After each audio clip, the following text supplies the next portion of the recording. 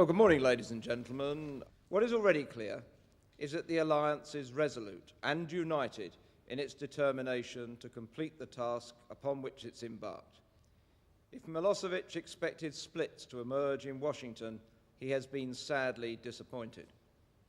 Moreover, as each day goes by, the impact of the air campaign grows inexorably.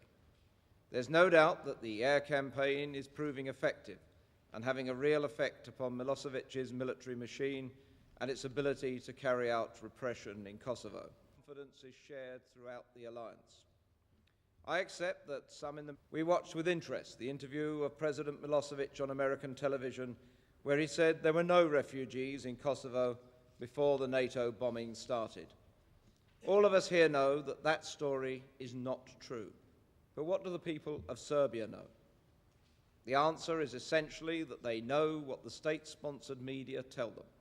In most cases, they do not have access to the media that we take for granted. They are therefore largely dependent on the information which has been fed to them by the Serbian propaganda machine.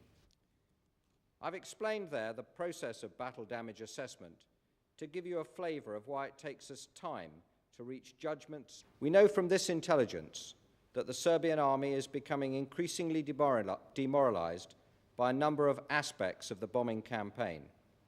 For example, they are disheartened in the extreme by their impotence to prevent NATO's aircraft operating with almost complete freedom in every corner of their country. They hear NATO's aircraft and they hear the explosions from both bombs and cruise missiles, and yet they are completely powerless to stem the destruction being wrought on their military capability. The TMA-5. This is the mine that has been seen on recent news footage of Serb troops. During the early stages of the conflict in Kosovo, conventional barrier minefields were not generally used. The exception was in the border regions, particularly the Kosovo-Albania border, where anti-personnel mines were extensively employed to block possible infiltration routes. Some, but not all, of these minefields are marked, and it is worth remembering that these infiltration routes are the same routes now being used by Kosovan refugees crossing the borders. Anti-personnel mines are also reported to have been laid on the border with Macedonia.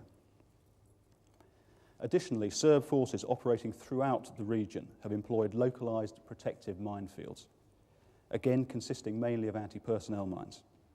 Thus, both current and past Serb positions are likely to be mined. Thank you very much, and over to you for questions.